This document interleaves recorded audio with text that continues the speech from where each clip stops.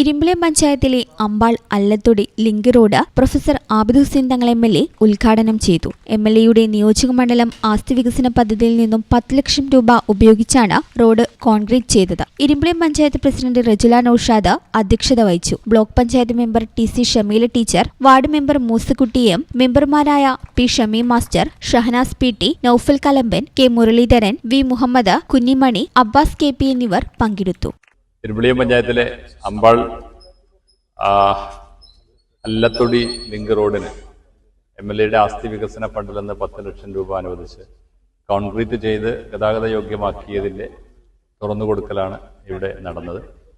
ആ പഞ്ചായത്ത് പ്രസിഡന്റും ബ്ലോക്ക് പഞ്ചായത്ത് മെമ്പറും പഞ്ചായത്ത് മെമ്പർമാരും പാർട്ടിയുടെ നേതാക്കന്മാരായ പ്രിയപ്പെട്ട മുരളിയും ഷമീമും എല്ലാം അടക്കമുള്ള ആളുകളുണ്ട്.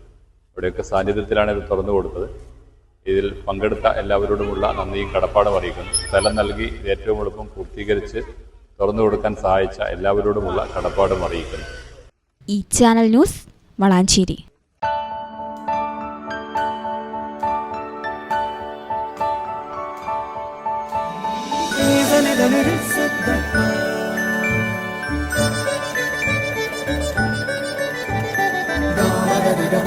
Yes.